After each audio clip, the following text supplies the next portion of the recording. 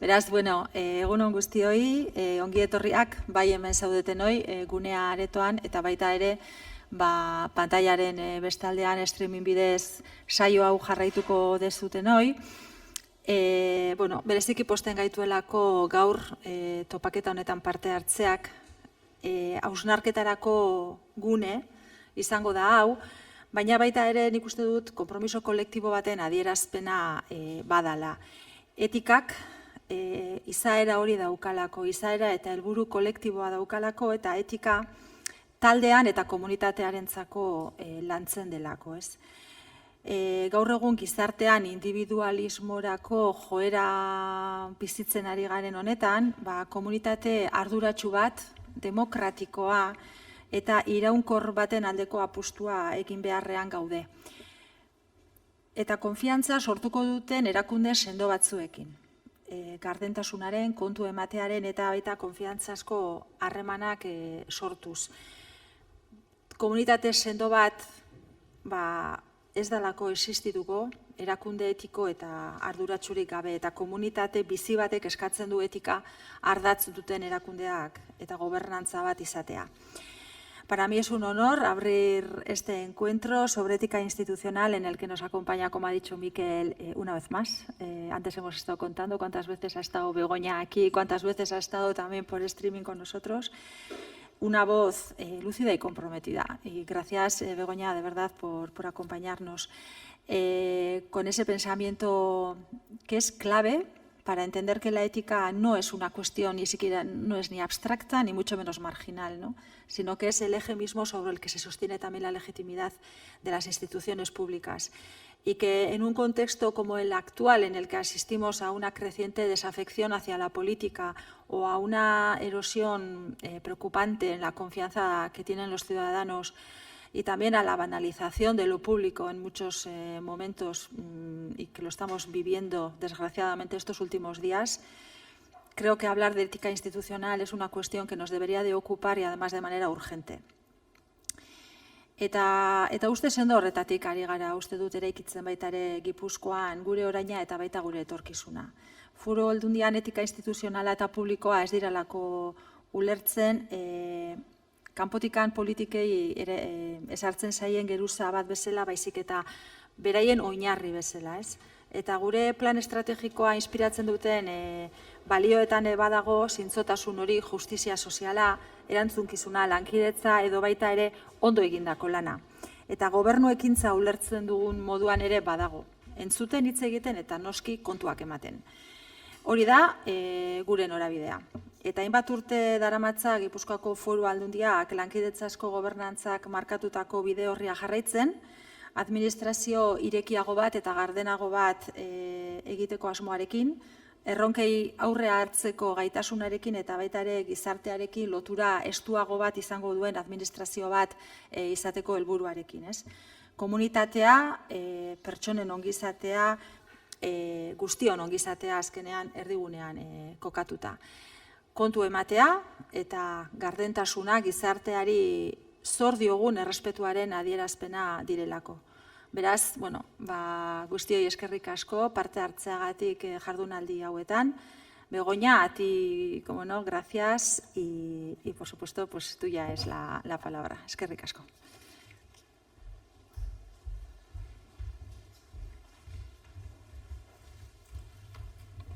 Egunon, es un placer para mí estar compartiendo con vosotros mis reflexiones sobre cómo, no sé si la palabra es generamos o regeneramos la confianza de la ciudadanía en las instituciones públicas, y eso pasa por regenerar las instituciones públicas.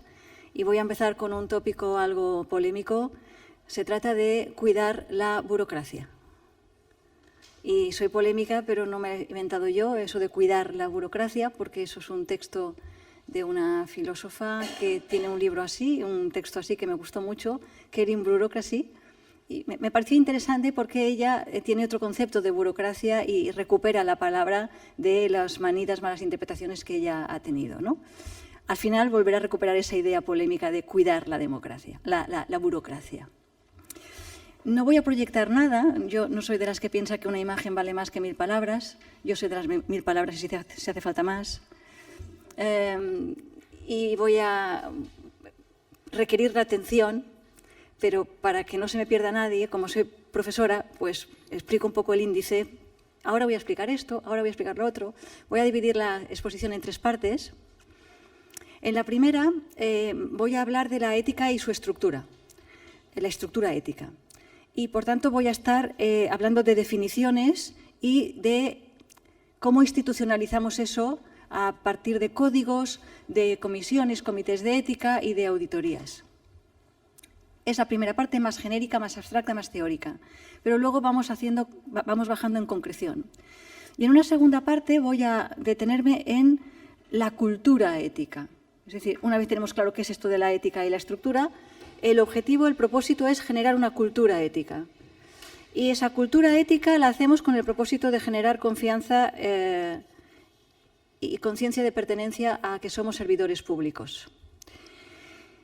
Y una tercera y última parte me voy a detener en la importancia de interiorizar, de digerir, de alimentarnos, de hacernos nuestra esa cultura ética, pero con la necesidad de sintetizar 2 aspectos de la ética que tradicionalmente han estado bastante separados, que es una visión más desde la justicia, la ética tiene que ver con la justicia, y últimamente los movimientos de la ética contemporánea más cercanas al feminismo han reivindicado mucho la importancia de los cuidados. Y la voz de los cuidados, la ética del cuidado, no siempre casa bien con la de la justicia. Y voy a intentar asumir que cuidar la burocracia tenía que ver con esto, de cómo sintetizamos la voz de la justicia, qué dice el discurso de la justicia y qué dice la del cuidado. Vamos a la primera parte. Definiciones, para que nos pongamos de acuerdo en las palabras. 3 ideas. Hay que distinguir ética y moral. Hay que distinguir ética de la convicción de ética de la responsabilidad. Y hay que distinguir ética personal de la ética profesional, de la ética de la organización donde uno desempeña su profesión y la ética cívica al servicio de la cual están profesiones y organizaciones si no quieren ser otra cosa, como mafia, si no se ponen al servicio de la ciudadanía. Vamos con estas primeras definiciones y con 3 rotundas afirmaciones a las que quiero que se entienda después de mi explicación. La idea es que necesitamos más ética que mera moral, que necesitamos más ética de la responsabilidad que meramente ética de la convicción, y que necesitamos recuperar el nosotros o generar un nosotros y pasar del yo, ego, al nosotros. Frente a un cartesiano yo pienso, luego existo, voy a reivindicar vosotros existís y por eso yo pienso. Necesitamos reivindicar un nosotros y eso significa una primacía de la ética organizativa y de la ética cívica por encima de las meras éticas personales y profesionales. Vamos a ver por qué llego a esas conclusiones. Antes de empezar propiamente con estas definiciones, me gusta recordar al gran Ortega y Gasset. También hay filosofía española. El gran Ortega y Gasset hablaba de esa conocidísima frase de yo soy yo y mi circunstancia. Si no la salvo a ella, no me salvo a mí. Con esa idea magnífica, Ortega quería recordarnos que la circunstancia no es un escenario de quita y pon. La circunstancia no es un complemento que me deja indemne si entro o salgo de ese escenario. No, la idea de Ortega es que la circunstancia nos constituye. Somos esa circunstancia. No es la circunstancia y yo como 2 entidades separadas. No, me constituye. Y si no la salvo a ella, la circunstancia no me salvo a mí. Si no salvo lo que me rodea, no salvo al que está dentro de ese rodeo. ¿Cuáles son nuestras circunstancias? No voy a ser exhaustiva, pero sí me gustaría... me da el foco aquí directamente, hace calor. Sí que me gustaría detenerme en algunas características muy específicas de nuestra circunstancia que la hacen muy nueva respecto de las anteriores. La primera es que la nuestra es una sociedad acelerada. Todas las sociedades han sido dinámicas, todas las sociedades han tenido cambios, pero lo que es específico de la nuestra, y esto creo que va a más, es el ritmo con el que se dan esos cambios, muy acelerado. Me gusta decirlo de la siguiente forma. Quizás hubo un tiempo en que la cosa era preparados, listos, ya. Ahora es ya, ni preparados ni listos, sobre la marcha improvisas, resistes y sobrevives. Esa aceleración, sin duda, es debida, entre otras, a la técnica. La sociedad contemporánea es una sociedad muy tecnificada. No es que sea nueva la técnica, siempre ha habido técnica en todas las sociedades, pero la incidencia de la técnica en la vida cotidiana nunca había sido tan grande como la de hoy.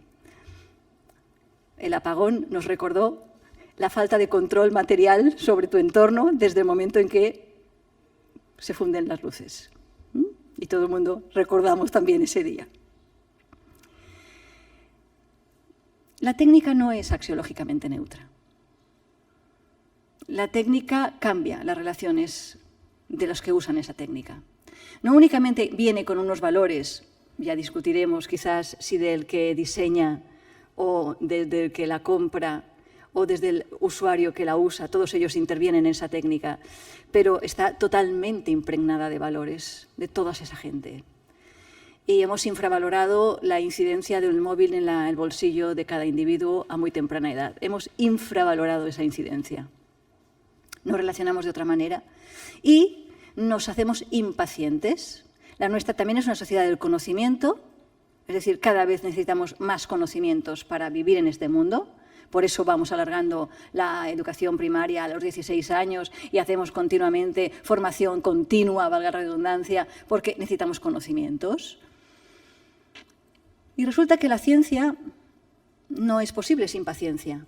El dicho dice que la paciencia es la madre de la ciencia. Pues la nuestra es una sociedad impaciente. Es toda una reflexión que deberíamos hacer aquí, ¿no?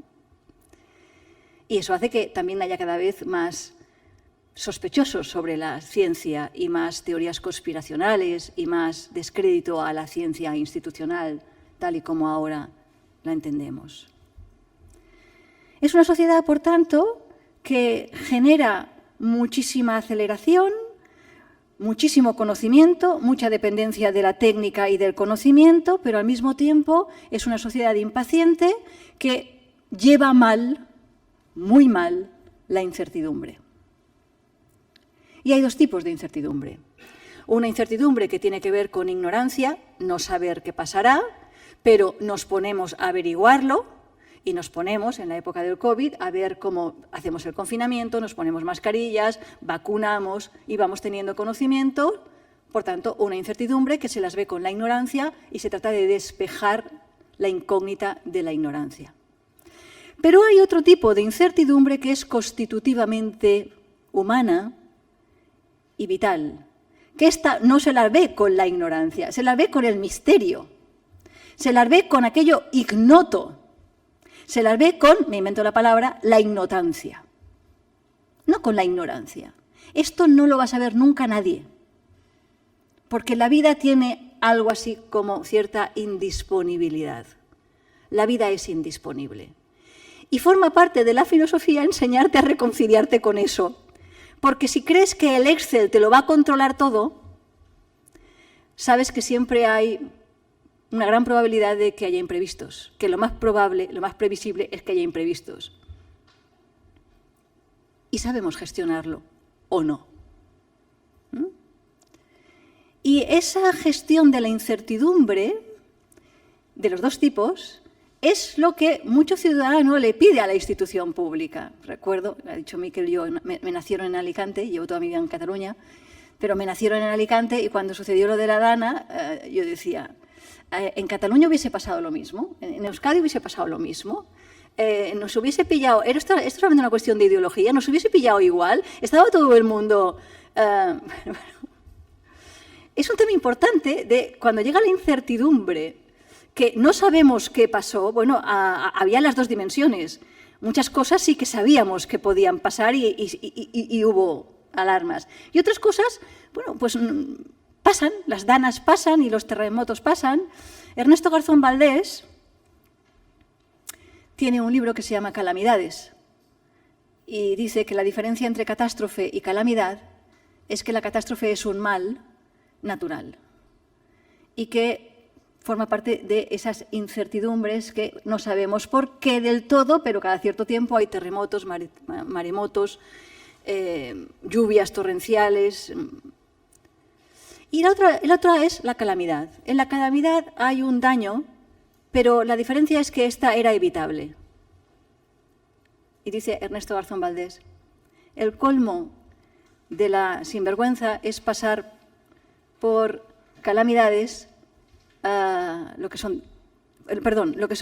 pasar por calamidades por catástrofes lo que son calamidades. Sois inteligentes porque me vais corrigiendo todo el rato. Yo decía, no, ellos me están diciendo que pasar por catástrofes lo que son calamidades. Claro, en la sociedad del conocimiento nosotros sabemos que la convivencia está expuesta a un nivel de incertidumbre, de ignorancia y de ignotancia. Pero la mejor manera de gestionar ambas es cooperando y teniendo instituciones que generen una cohesión de apoyo para cuando venga la ignorancia nos pongamos y tengamos ciencia y tengamos instituciones y tengamos tal y despejemos la incógnita. Y cuando sepamos que nos los vemos con lo ignoto, que no hay manera de saber por qué pasó y demás, no dejamos a la gente más vulnerable a la intemperie, no únicamente lo resolvemos echando culpas. Bueno, pues acabo con este primer punto. La nuestra es una sociedad acelerada, que lleva mal la incertidumbre, que es una sociedad técnica, que ha desacreditado mucho a la institución pública, nos tenemos que ganar la confianza, pero además, y no menor, es una sociedad multicultural, moralmente plural. Y esto último es algo muy bueno, que sea moralmente plural, que sea multicultural. ¿Por qué? Porque demuestra dos cosas importantes, la libre circulación por el planeta, cierto cosmopolitismo, pero sobre todo la opción en las maneras de vivir. Es decir, que vivamos en un mundo moralmente plural significa que el concepto de bueno o malo no nos vamos a poner de acuerdo en qué es. Pero tú lo escoges. Eso no significa que todo valga y todo valga lo mismo. El pluralismo moral, que vivamos en sociedades moralmente plurales, es síntoma de libertad, de que hay tolerancia a la diferencia, deferencia a la diferencia, pero no todo vale ni todo vale lo mismo, con lo cual me lleva a donde quería llegar. Que vivimos en sociedades aceleradas, donde las morales van a ir cambiando muy rápidamente. Para que entendáis qué significa vivir en una sociedad moralmente plural, no solamente el tópico de los judíos, los musulmanes, los católicos, los agnósticos, los ateos, la mayoría de las morales históricamente existentes han sido religiosas. No, me refiero a un paciente que le acaban de diagnosticar algo y rechaza el tratamiento eficaz. Para el paciente, el tratamiento eficaz no es bueno, lo rechaza. No quiere más quimio, no quiere radio, no va a pasar otra vez por el quirófano. Y el profesional sanitario, el oncólogo, el cirujano, cree que eso es bueno, precisamente porque es eficaz. Y se lo ofrece. ¿Qué es el bien? ¿La propuesta del médico, que no entiende por qué lo rechaza? ¿O el paciente? Pues hasta el 2000 tenía razón el médico, porque era eficaz, era bien. A partir del 2000 Cataluña, 2002 España, la ley, no sé cuál es vuestra ley de autonomía, de qué año es, de la autonomía del paciente, pero es el paciente quien tiene razón. ¿Por qué? Porque el tratamiento es para el paciente, no para el progreso de la medicina. Es la vida del paciente y cómo él la valora, su autonomía. Con lo cual, vivir en sociedades moralmente plurales significa que el médico tiene razón, es un tratamiento eficaz, y el paciente también no lo quiere. Y cuando tenemos que juntarnos, ¿a quién le damos la razón? ¿Quién tiene prioridad? ¿Para quién es el tratamiento? para el paciente decide y él puede rechazar. Esto es más complejo, vivir en sociedades moralmente plurales, y costó entender explicarles a los médicos que el paciente tiene mucho que decir y no únicamente simplemente dejarse auscultar y diagnosticar. El paciente participa en la toma de decisiones. Pero es que vivir en sociedades moralmente plurales y aceleradas significa que los hábitos y las costumbres, que eso significa mosmore, van cambiando mucho. Van cambiando muy rápidamente. Las morales son productos culturales, relativos a los contextos históricos. Como os podéis imaginar, en sociedades tecnificadas, moralmente plurales, aceleradas, que gestionan mal la incertidumbre, pues las morales van cambiando. Y no todas son respetables. La pregunta moral es ¿qué debo hacer? Y la respuesta es una acción. La pregunta ética es ¿por qué debo hacerlo? Y la respuesta es un argumento. Dame razones. ¿Se entiende la primera diferencia? La moral va a ir cambiando. Pensemos en la maternidad. Todavía jurídicamente mater semper certa est. La madre siempre es cierta. El concepto de maternidad va asociado al parto. Desde el momento que hay técnicas de reproducción asistida en que hay maternidad subrogadas y estas cuestiones, la que pare no es la que puso el óvulo, no es la que está cuidando al niño, ni es la que está pagando las facturas para que todo eso se hubiese podido producir. ¿Quién es madre? ¿Cuál es el concepto de madre? Las cosas se van cambiando muy rápidamente. Familia, el concepto de familia, que se entiende por familia, ¿no? De manera que lo que hace la ética como filosofía moral es una reflexión crítico-racional. Crítico-racional. Crítico, quiero entenderlo, quiero tener discernimiento, criterio, para saber cuándo sí, cuándo no, por qué sí, por qué no. Con lo cual, la ética lo que hace es juzgar las morales, para saber sus razones y validarlas. Por eso decíamos que hay muchas morales, hábitos y costumbres, pero no todas valen, ni todas valen igual. Y evidentemente la pregunta es, ¿y eso quién lo dice? ¿Quiénes han creado las morales? Tradicionalmente, lo sabemos todos, lo que Nietzsche llamó la casta sacerdotal y los grandes poderes, que han sido las monarquías y los poderes de arriba, que es políticos. ¿Quiénes son hoy la casta sacerdotal? ¿Quiénes son los que crean tendencias? ¿Quiénes son los que crean morales? Entonces, las cosas van cambiando muy rápidamente. Antes teníamos claramente que eran las jerarquías político-religiosas quienes generaban las morales. Ahora eso se ha difuminado, eso ya no es así.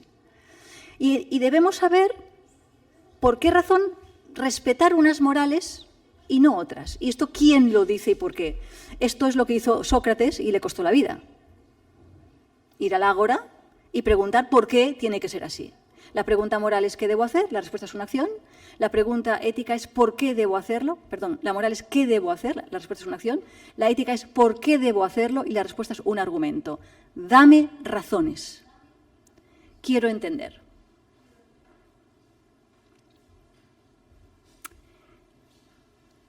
No estamos acostumbrados a dar razones. A todos nos han enculturado en una determinada tradición moral. Has sido abandonado unas morales de crianza y has incorporado otras, pero no estamos acostumbrados a explicar por qué. Y cuando lo hemos explicado, cuando hemos tenido que dar razones de por qué, nos damos cuenta, pues esa falta de hábito, mosmore significa hábito y costumbre, ethos significa carácter, manera de ser y estar.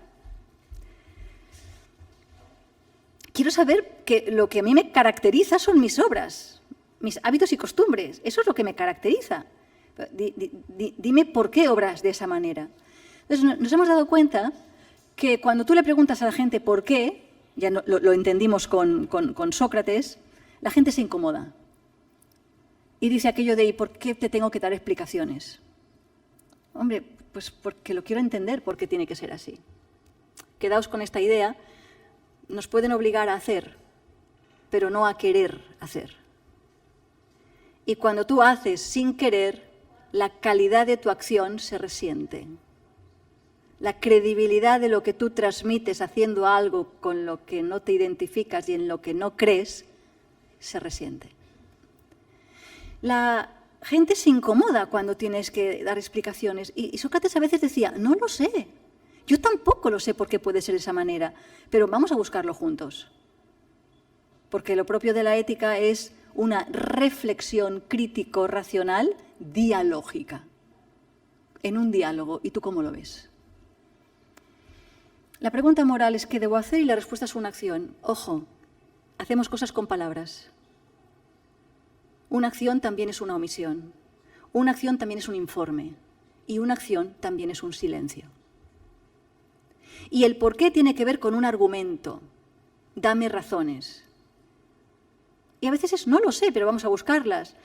Pero no únicamente nos hemos dado cuenta que hay gente que se incomoda cuando tiene que dar explicaciones, sino que da malos argumentos.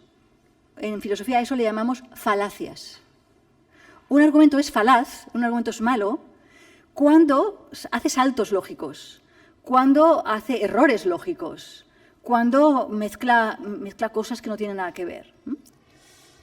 ¿Por qué lo debemos hacer así? Porque lo hemos hecho toda la vida. ¿Y eso es un argumento? La pregunta es, ¿y lo hicimos alguna vez bien? ¿Desde cuándo ya no está bien hacerlo como lo hicimos toda la vida? ¿Por qué debemos hacerlo así? Lo dicen los de arriba. Suelen estar arriba. ¿Pero qué razón?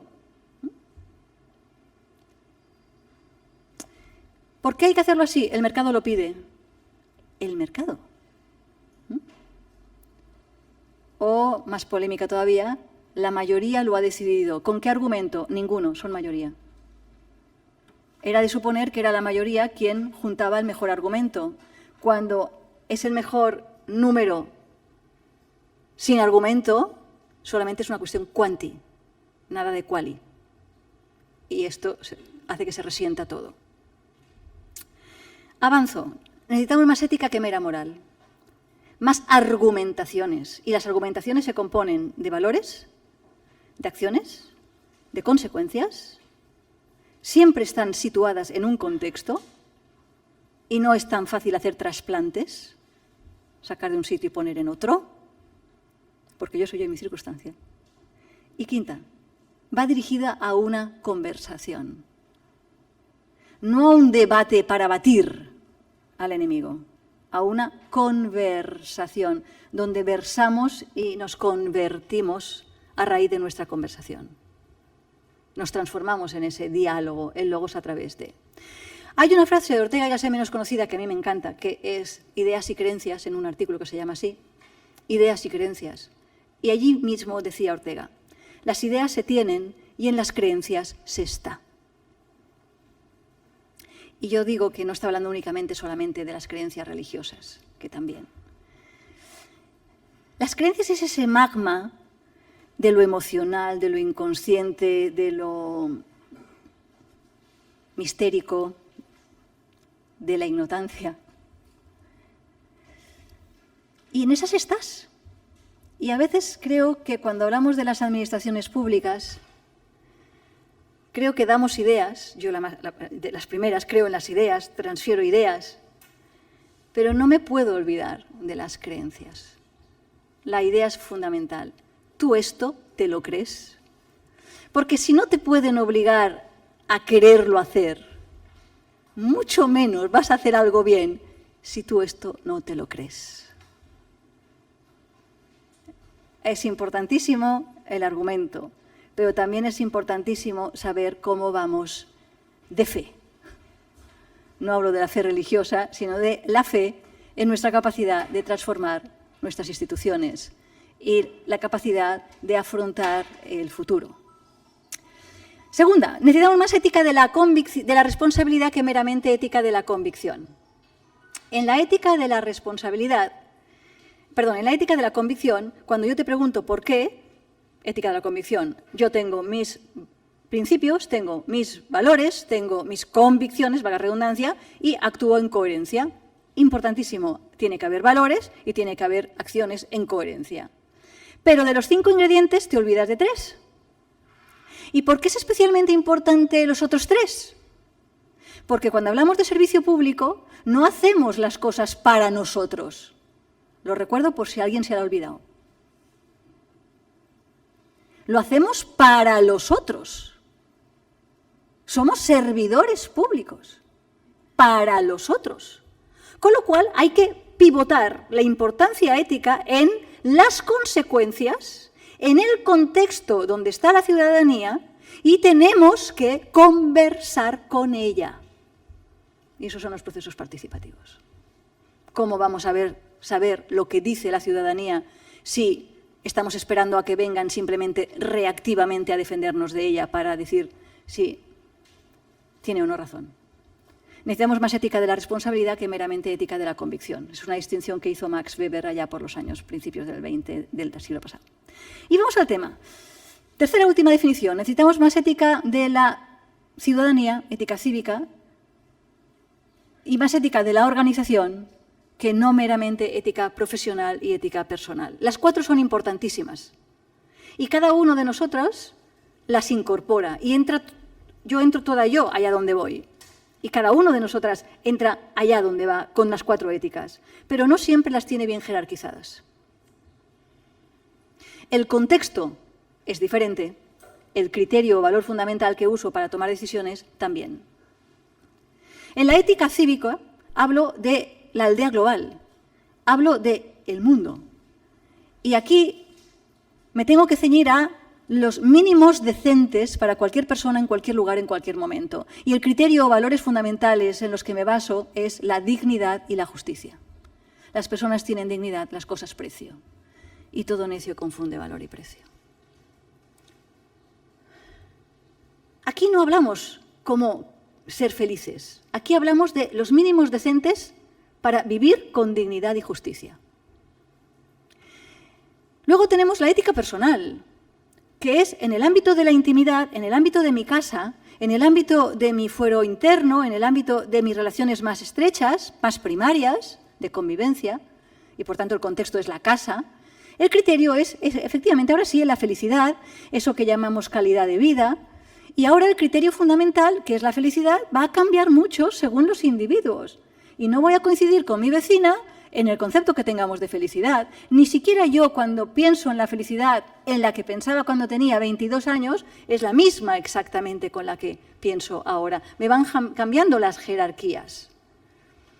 Pero es importante la felicidad. La ética versa sobre la vida buena. No os olvidéis que la ética versa sobre la vida buena, no sobre la persecución de la corrupción y del fraude. La búsqueda de la vida buena. Dignidad, justicia y calidad de vida. La nuestra y la de la ciudadanía. Pero no tenemos ninguna obligación como administración pública de hacer felices a los ciudadanos. Sí, de hacerlos dignos, justos y cuidar para que puedan escoger su opción de vida buena. Decía Fichte, un filósofo alemán del 19, salid corriendo del partido político que os prometa la felicidad porque os va a hacer muy desgraciados. Es el brave word de Huxley, es imponerte su concepto de felicidad. No, el pluralismo estará en el concepto de felicidad, pero la dignidad y la justicia para todos. Y entre medias están los grandes agentes de cambio en la sociedad del conocimiento técnica y acelerada, las profesiones y las organizaciones. Los grandes agentes de cambio en el siglo XXI son las organizaciones de conocimiento. Por tanto, necesitamos ética profesional y ética organizativa. Y ahora, en la ética profesional, el criterio es la calidad del servicio. La calidad del servicio. El abogado tiene que hacer buenos informes jurídicos, el informático buen hardware y software. En mi caso tengo que hacer calidad docente y la enfermera tiene que hacer calidad asistencial. Pero no podemos olvidarnos que trabajamos en una organización, que los medios que yo uso no son privados míos. Cada vez estamos más obligados a no poder trabajar como autónomo liberal, sino que trabajamos en grandes organizaciones y ahora el criterio es la calidad total. En un hospital te tiene que funcionar informática, las ambulancias, las limpiezas, la oncología, la radiología, te tiene que funcionar todo, la calidad total. Pues bien, un grave problema de nuestro tiempo es que estamos muy centrados en el ego. No en el ego ególatra egoísta, pero sí en el que hay de lo mío o de mi carrera profesional. Y cuando uno va a trabajar el orden de los factores es fundamental, porque si no, se adultera el producto, se corrompe la profesión y la organización, y entonces entramos en desmoralización y en descrédito de la ciudadanía respecto de las instituciones. ¿Cuál es la jerarquía adecuada? Primero, ética cívica. Segunda, ética de la organización. No hay buenas organizaciones sin buenos profesionales. Y en cuarto y último lugar, pero debe estar, porque una entra todavía allá donde va, la ética personal. El orden de los factores me adultera el producto. Y cuando uno se va a su casa, la ética cívica continuando siendo la principal. Y la ética de la organización ya no en el ayuntamiento donde tú trabajas o en la universidad donde yo trabajo, pero sí la organización de la casa. Y ahora sí, da igual que tú seas jurista o profesora o arquitecta, la ética profesional cae por encima de la ética, por debajo de la ética personal. Pero cuando hablamos de las instituciones públicas, eso es un conflicto de interés. No es que alguien se lleva dinero, solo. El conflicto de interés es cuando tú estás priorizando tu ética personal, profesional, por encima de la ética cívica y la ética organizativa. Cuando una organización olvida que está centrada en la ciudadanía, que a mí me parecía increíble que se convirtiera en un eslogan. Esta administración está centrada en la ciudadanía. Cuando yo fui al primer hospital, que me dijeron, estaban presumiendo, este hospital está centrado en los pacientes, yo, cual Mafalda, pregunté, ¿y en qué estabais centrados antes? Y me lo devolvieron con una mejor pregunta. ¿Y vosotros en la universidad? Me callé. El paciente, el estudiante es ese peaje que tenemos que pagar, eso de tener que dar clase, para poderte dedicar a lo que a ti te gusta, que es hacer clases como esta a un público ya así, o escribir tus artículos, pero no, yo ya me sé a Descartes y a Aristóteles, otra vez lo tengo que explicar. Pero es que no hay universidad sin estudiantes. Es porque hay estudiantes que hay universidad. A veces olvidamos la razón de ser, el propósito, la misión. Y este es el caso de las sociedades contemporáneas. Y por eso los códigos de ética empiezan diciendo cuál es nuestro propósito, cuál es nuestra misión. Una empresa, una organización es mafiosa cuando está mirando por su mayor gloria de la organización y de los suyos y se olvida de al servicio de quién se ponía tanto cerebro. Bueno, pues ahí vamos ahora a esas reflexiones, esa reflexión ética, cívica y organizativa, se implementa, se encarna en una estructura ética que suele llamarse la estructura ética, códigos de ética, comités, comisiones de ética, auditorías éticas. Vamos a ver con los códigos. Un código de ética no es un código de conducta. Un código de conducta es un código de conducta. Te obligan a comportarte de esta manera. La ética va sobre ¿y tú quieres? ¿Entiendes el porqué? Como venimos de donde venimos, pues es importante recordar algunas conductas que eran muy habituales, que queremos erradicar, sacar de raíz. Tema de los regalos, tema de agasajar o con viajes o demás, desproporciones en los gastos de representación, etcétera, ausencia de proyectos participativos, ausencia de escuchar las voces comunitarias, y hay códigos de conducta que dicen no, estas cosas tienen que contar con un proceso participativo, esta es la conducta necesaria y usted para ir de viaje tiene que pasar por aquí o tiene que escribirse en la lista de las personas para ser recibido por un cargo electo. Y hacemos públicas las agendas. Un código de conducta es un código que viene a querer erradicar aquello que consideramos malo. Y una vez erradicamos lo que es malo, ¿qué es lo bueno? Es muy importante explicitar lo que queremos evitar. Pero ¿y qué es lo que queremos promover? ¿Y te has fijado en que a lo mejor queriendo evitar algunas cosas no has creado una cultura ética, sino que has creado una cultura de miedo? Por ejemplo, alertas. O, por ejemplo, auditorías para ver cómo están funcionando las buzones de acosos laborales, acosos sexuales, ¿no? Es muy importante proteger al alertador, pero eso son políticas de compliance, son políticas de riesgos penales, son políticas de perseguir al corrupto, de perseguir al fraude y de poner mecanismos capaces de detectarlos. Y bienvenido es. Tenemos que trabajar la cultura ética con la compliance, con los riesgos penales y con códigos de conducta para que la gente tenga muy claro los límites. Eso no. Pero lo que queríamos era que no fructificara, que no fuera fácil hacer corrupción o fraude. Pero si en vez de generar esa confianza de que aquí quien la hace es perseguido y es juzgado, a lo mejor se ha creado un clima de miedo jovesiano y no de confianza. Y por eso necesitamos trabajar con la compliance junto con la ética. Y al mismo tiempo que hacemos códigos de ética, tenemos que poner, al mismo tiempo que tenemos códigos de conducta, tenemos que tener códigos éticos.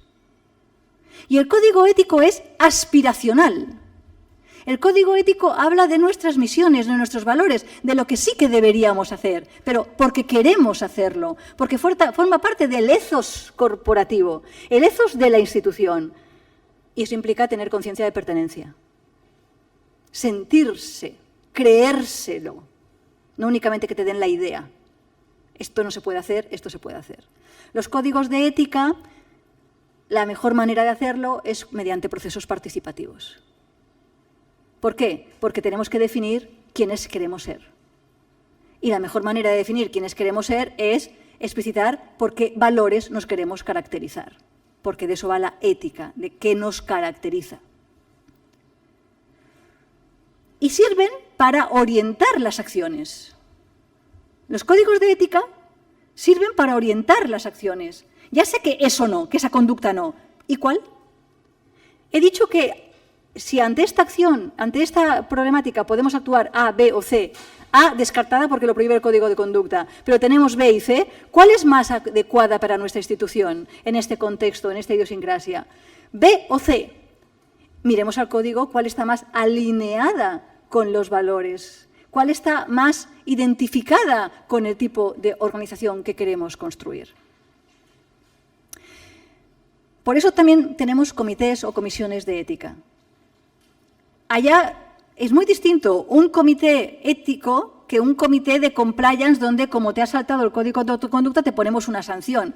Esto lo va a hacer, no hace falta que sea un código de una comisión o un código de ética. Eso es un código que trabaja con infracciones legales. Esto es jurídico, esto es legal, esto no es la parte ética voluntaria. No confundamos palabras. No confundamos funciones. Porque cuando confundimos funciones, entonces no sabes si le tienes miedo o tienes que asumir cierto riesgo, que es de lo que voy a hablar cuando hable de ética. Entonces, las comisiones de ética no son más que consultivas. Y no hacen más que recomendaciones, porque la responsabilidad es del profesional. Y cuando son punitivas, son otra cosa. Es un código de la organización de cumplimiento del código de conducta, pero no es un comité de ética. Y los comités de ética pueden ser según el sector. Podemos tener, como tenemos aquí la Diputación, pues tenemos una comisión de bioética en que se consultan ante casos sociales y sanitarios cuál es la mejor manera de acompañar a esta persona que tenemos estos problemas. Y nos preguntan, bueno, ¿qué hacemos con esta persona que ha pedido la eutanasia, pero es muy joven, es de enfermedad mental, todo el mundo está objetando porque es joven, porque es salud mental y esas problemáticas que las comisiones de bioética tienen? Y ellos son consultivos. Luego tenemos comités de ética de la organización, que no tiene que ver con casos clínicos o sociales, sino con los problemas de la organización y se nos pregunta a un profesional, oye, ¿qué crees que es mejor hacer? Mi compañero dice B, yo digo C, tenemos claro que A no, pero ¿vosotros qué pensáis? Y es consultivo. Pero es que luego, además, tenemos comités de ética de la investigación, que son peculiares. Y eso es importante que lo sepáis como administración, que tenéis que optar por conocimiento, que cada vez haréis más investigación. Y cuando investigáis y trabajáis con datos y con humanos, tendréis que pasar antes de poner en marcha la investigación por un comité de ética de la investigación. Y esto es de exigido, obligado cumplimiento. No puedes investigar nada sin un permiso de un comité de ética de la investigación. Y ahí están las universidades. Y son jurídicamente vinculantes. Si no tienes el permiso para investigar, no puedes. Y lo digo esto porque soy consciente que las administraciones públicas, desde la más buena voluntad, están haciendo investigaciones sin ningún tipo de visto bueno para pasar por un comité de ética. Esto, si no se publica, pues no pasa nada, pero cada vez más para subvenciones públicas y demás, pues Europa está pidiendo que paséis por un comité de ética. No va a servir el de la organización. Esta es la conclusión. Tenéis que tener algún aliado en la universidad, un aliado, o simplemente se paga a las universidades que lo hacen y os dicen qué tipo de criterios éticos estáis cumpliendo o no.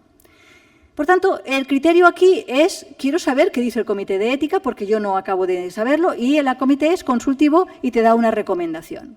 Y por último, tenemos las auditorías éticas, que se trata de cuando pasa el tiempo, descubrir si estamos alineados.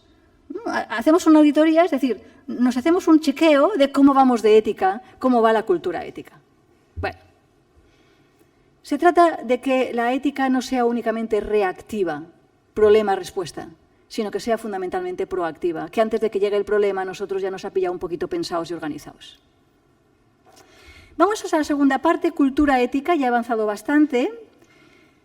La cultura ética es una manera de ser y estar y de trabajar, y en las administraciones locales, administraciones públicas locales, en las diputaciones, tenemos que no olvidar que los valores fundamentales es la confianza de la ciudadanía en nosotros.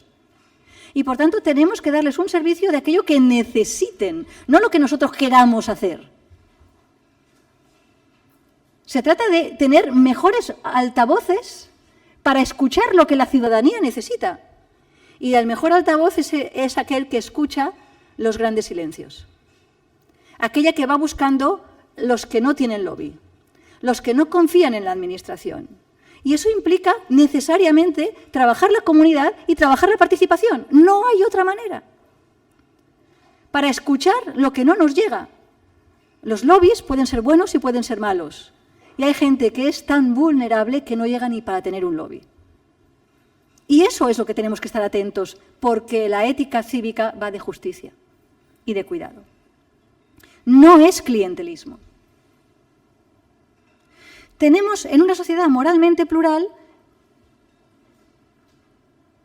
que hacer una manta patchwork. Vamos a hablar de labores. Toda una metáfora, la manta patchwork. ¿Sabe todo el mundo lo que es una manta patchwork? Estos retales que tienen la gracia de que están combinados de tal manera que cada uno es de su padre y de su madre, o de su madre y de su madre, o de su padre y de su padre. Cada vez esto hay que ir complicándolo más. Y va silvanando para que quede una cosa cohesionada, bonita. Esta manta patchwork nos obliga a ir tanteando muy prudentemente cómo vamos viendo cuáles son las mejores maneras de escuchar esos silencios y crear encuentros inesperados, improbables. Juntar gente que en la vida se juntarían, pero que están en el mismo territorio y en la misma ciudad. Va a hacer falta imaginación ética. El objetivo de la cultura ética es crear conciencia de pertenencia a una organización para que la gente interiorice, se lo haga suyo. Pero hace falta que tengamos muy claro que lo que se espera de una administración pública es crear. Crear. ¿Qué? 3 ideas. Estabilidad, capacidades y vínculos. 3 ideas. Necesitamos una estructura básica social. Necesitamos instituciones públicas, estructuras básicas sociales, porque somos orgánicos, metabólicos. Necesitamos una cierta estabilidad, que tiene que ver con cada 4 horas más o menos tenemos que comer, hay que beber, tenemos dónde caernos vivos. Caerse muerto no es el problema. Un sitio donde habitar, donde dormir, donde se me conozca y me reconozca y donde... El otro día pasábamos por Barcelona y delante de Telefónica había un pobre indigente que duerme en la calle, que tenía un cartel que me llegó al alma, porque solamente decía, yo existo. Solamente decía eso.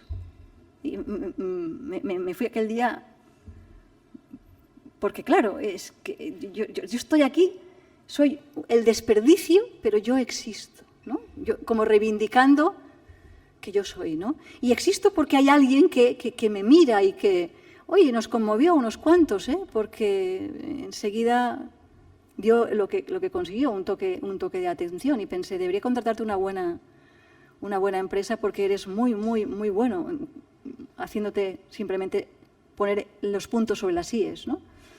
Crear estabilidad. ¿Qué significa estabilidad? Pues darle confianza a la ciudadanía que si a uno de nosotros les pasa algo, esto se sostiene, porque hay red, hay manta patchwork. La Revolución Francesa reivindicó igualdad, libertad, fraternidad. ¿Qué pasó con esta tercera? Lo cambiamos la palabra por solidaridad. ¿Y qué pasó con esta cuarta? Que se convirtió en pagar un concierto para pasárnoslo bien y que lo que sobre sirva para enviarlo a.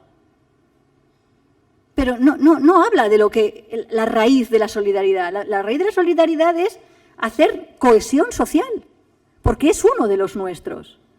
Pero nos quedamos con la igualdad, nos quedamos con la libertad, acampó una antropología individualista liberal que viene del mundo anglosajón, de Hobbes, no de Locke y de Rousseau y de Kant, de Hobbes, y creó el sálvese quien pueda, y solamente nos juntamos para odiar. En la era del 0-1, de la digitalización, de la polarización, solamente nos unimos si tenemos un chivo expiatorio, si tenemos un enemigo en común. Y esto es lo único que tenemos en común, los enemigos. Este es un tipo de sociedad que nadie quiere. Hobbes estaba muerto de miedo y necesitaba la estabilidad que no tenía. Pero nosotros, una vez conquistamos cierta estabilidad, no pudimos dar por supuesta que esta era mecánica, que era una cuestión de engrasar los mecanismos. No, es orgánica, es vital y por tanto hay que cuidarla, porque se desarrolla, crece o tiene metástasis y se corrompe y se convierte en organismos nocivos. Y tenemos que continuar diciendo, no, que la gente confíe en nosotros, dame razones para creer y para confiar. Y nos toca ganarnos la confianza, porque a priori no la tenemos.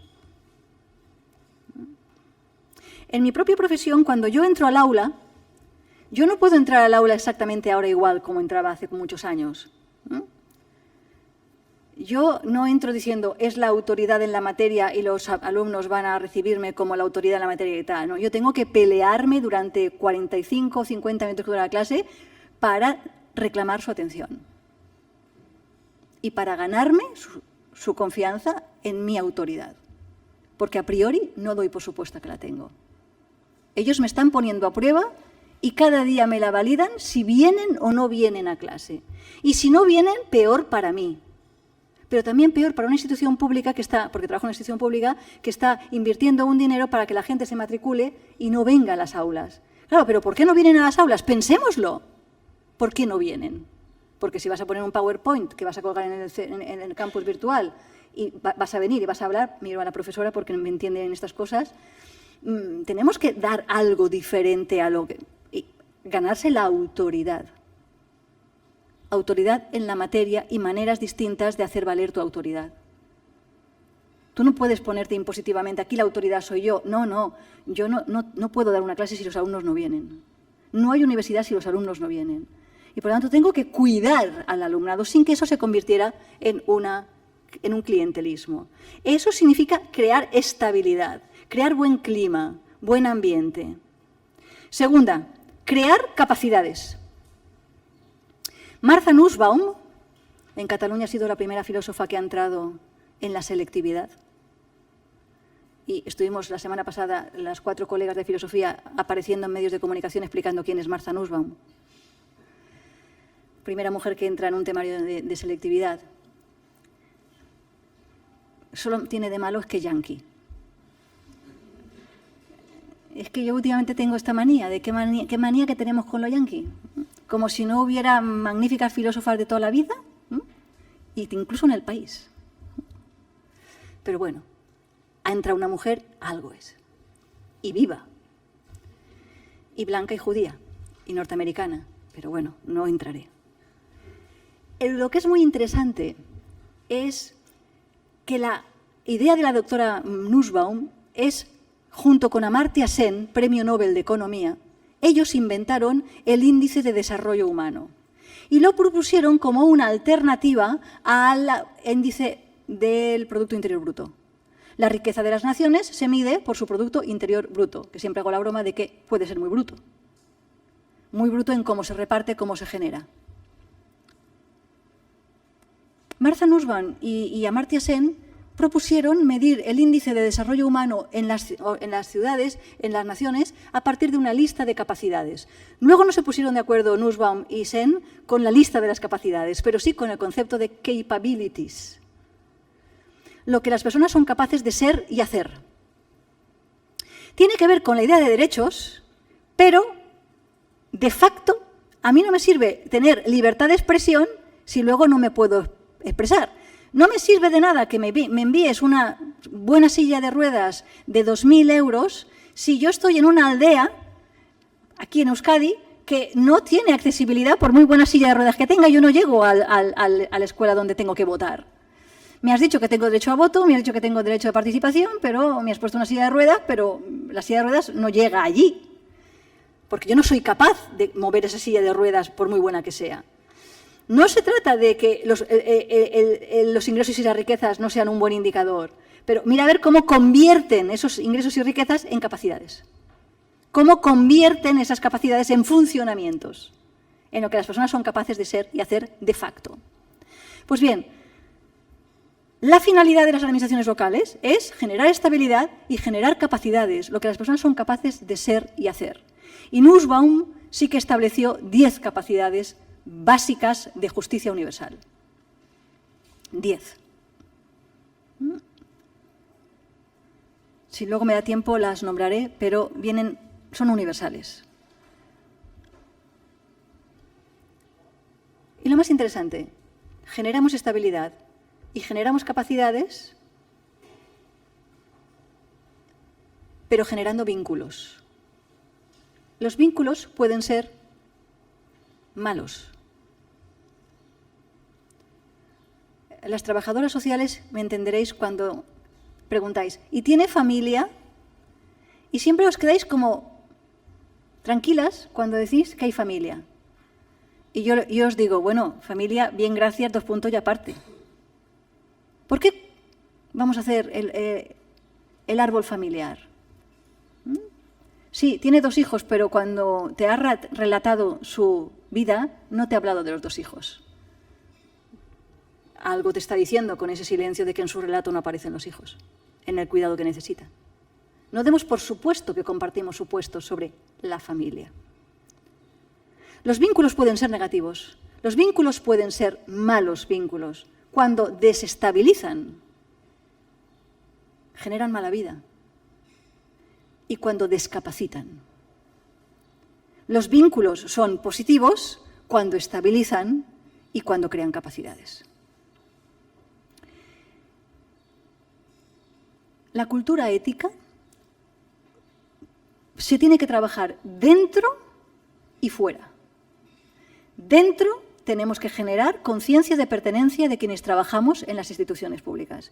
Y eso pasa por pensar mejor la selección y promoción de los profesionales.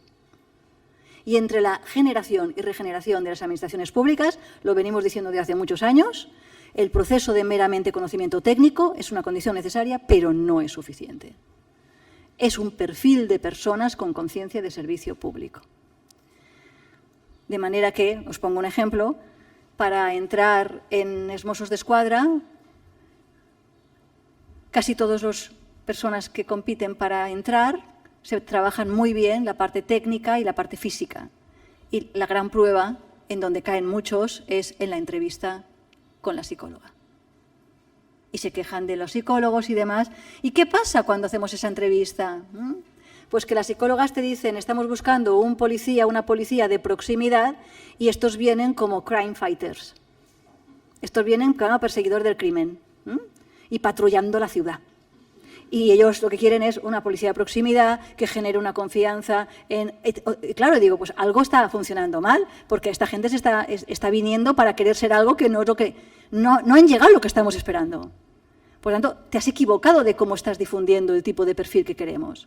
Otro ejemplo, en primero de medicina, mis colegas de bioética preguntan a los chicos que entran, a las chicas y chicos que entran, más chicas que chicos, ante este problema ético, ¿qué opción tomarías? La opción del cuidado del paciente, la opción de que no me denuncie, que no haya problemas jurídicos, y la opción de quiero ser un house, ¿no? Y tener el premio Nobel.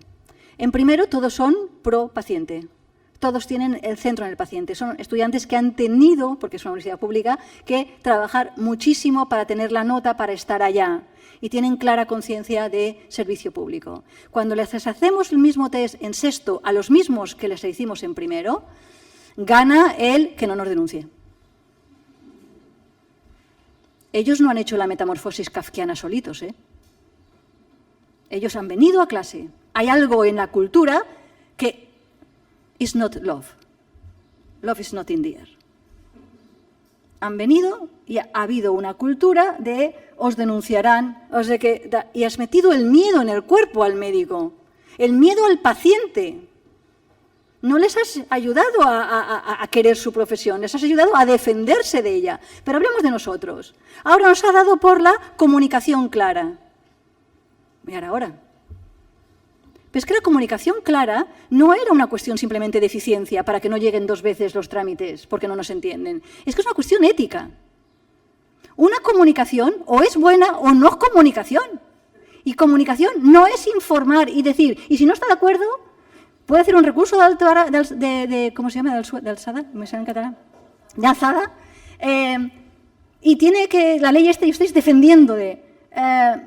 Una vecina mía me preguntó, Begoña, he recibido una carta del ayuntamiento, supongo que tengo que pagar. Pero es que no he entendido nada. Claro, en catalán, estimar y desestimar tienen otro significado, porque te quiero se dice te estimo. Y entonces la señora decía, ¿pero me quieren o no me quieren? Porque no entendía, él se estima o se desestima su recurso, ¿no? Tal.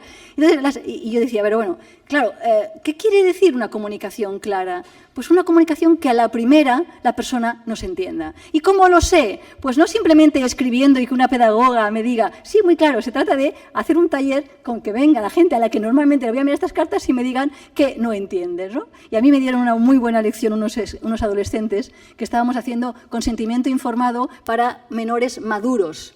Menores que sus hermanos son enfermitos y demás y necesitábamos investigar con ellos enfermedades hereditarias. Bueno, y teníamos que hacer un consentimiento informado, pero con menores maduros y queríamos que ellos consintieran, 15, 16, 14 años.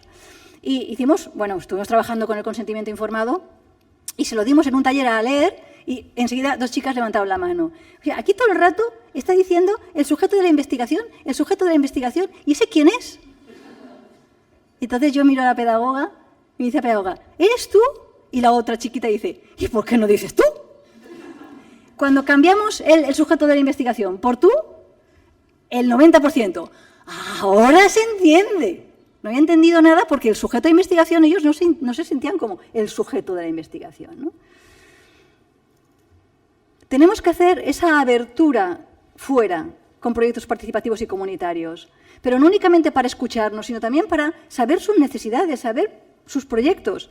Pero tenemos y necesitamos una manera de trabajar distinta con creencia en lo que hacemos y esperanza en que tendrá impacto bueno. Y vamos un poco mal de esperanza, de fe, y decía San Agustín, y de caridad. Necesidad de interiorizar. Y vamos a la última parte y termino. Esto tiene que ver con los cuidados. Interiorizar quiere decir tejer comunidades también dentro. ¿Cómo seleccionamos? ¿Cómo evaluamos el desempeño? ¿Cómo damos formación? Formamos para transformar. Y formamos a aquellos quienes transfieran esa formación a la organización, no para aquellos que aumentan su carrera laboral y enseguida se van y te dejan a la intemperie después de que tú lo has formado. La justicia es buena y la continuamos necesitando, pero la justicia es generalista, suele homogeneizar, habla de los seres en general, en racional, en abstracto, y suele funcionar a base de contratos. Y los contratos están en condiciones de información y de simetría y van con beneficios mutuos. En las éticas del cuidado no hablamos del ser genérico, sino de este particular concreto en este contexto. No habla de contrato, habla de alianza. Yo estoy por ti y a lo mejor nunca vas a estar a la altura mía porque eres vulnerable, porque no estás en condiciones ni de información ni de simetría. Habla de lo particular, habla de emociones y habla de los vínculos. Decía Aristóteles, donde hay amistad no hace falta justicia. Y donde hay fraternidad y solidaridad no hace falta que estemos continuamente con el ánimo defensivo. Necesitamos, por tanto, tejer comunidades y la administración local tiene esta principal misión. No dar por supuesto que la comunidad ya la tiene tejida. No la tiene tejida. Tiene que tejerla también junto con el tercer sector, junto con las empresas, junto con la ciudadanía. Y eso pasa por ser capaz de detectar buenas prácticas. No únicamente las malas prácticas, también las buenas prácticas. Hemos visto buenas prácticas, por ejemplo, la Diputación de Barcelona, que está ayudando a las administraciones locales a generar documentos, cómo se hace un código, cómo constituir una comisión de ética, está formando, como aquí también la Diputación de Guipúzcoa, formando a los directivos, formando a las personas que os interesa esto de la cohesión, de la participación. Es muy importante recoger buenas prácticas, buenas ideas, pero hace falta que la gente se lo crea. Dos últimas ideas. Hay tres grandes vicios muy arraigados en todas las organizaciones. La cobardía, la comodidad o la pereza y la indiscreción. Son malos hábitos. La palabra virtud, que es lo contrario del vicio, se perdió por el camino. Algo dice de eso, ¿eh? La palabra virtud es el que toca excelentemente un instrumento, se le llama virtuoso, pero es la única acepción que queda de la palabra. ¿Qué significa trabajar excelentemente? No únicamente no tener vicios.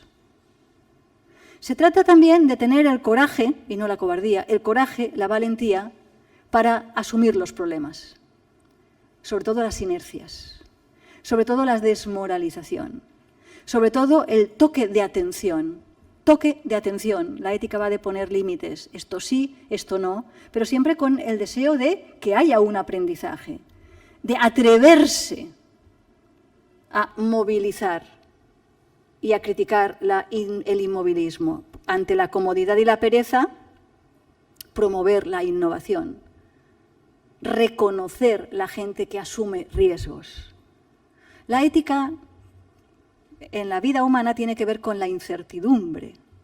Y la incertidumbre tiene que ver con la ignorancia, hay que aprender, formarse, pero también con la ignorancia. Hay cosas que no sabemos, pero nos preparamos para que cuando nos pille el imprevisto nos pille un poquito pensados y organizados. Y eso pasa porque la gente que tiene ideas y que tiene fe y esperanza no se la pierda por el camino, igual que los alumnos de primero de medicina. Que la gente que venga no se contagie de una cultura de no trabajes tanto, no nos pongas en evidencia, que la gente que asume riesgos, que quiere innovar, se sienta conocida y reconocida por la institución. Porque cuando es café para todos, es aguachirri para todos. Y hay que hacer la deferencia a la diferencia. Hay que tratar igual a los que son iguales y desigual a los que son desiguales. También dentro de la institución, pero objetivándolo. No es mi opinión personal. Pero además, en la era de la indiscreción, hace falta promover la idea de la confidencialidad. ¿Qué se dice? ¿De quién? ¿Dónde? ¿Hasta dónde? Qué importante es generar un entorno de confidencia, porque si no hay confidencia, no hay confianza. Y si queremos que la ciudadanía confíe en nosotros, tenemos que también tener conciencia de qué nivel de confianza entre nosotros tenemos. Si me estoy defendiendo de mi compañero y estoy diciéndole a ese funcionario que cuidado con mi compañero porque a lo mejor le da una información. Al final, en esta síntesis de justicia y de cuidado, se trata de cuidar la burocracia. porque necesitamos burocracia. Necesitamos otra burocracia.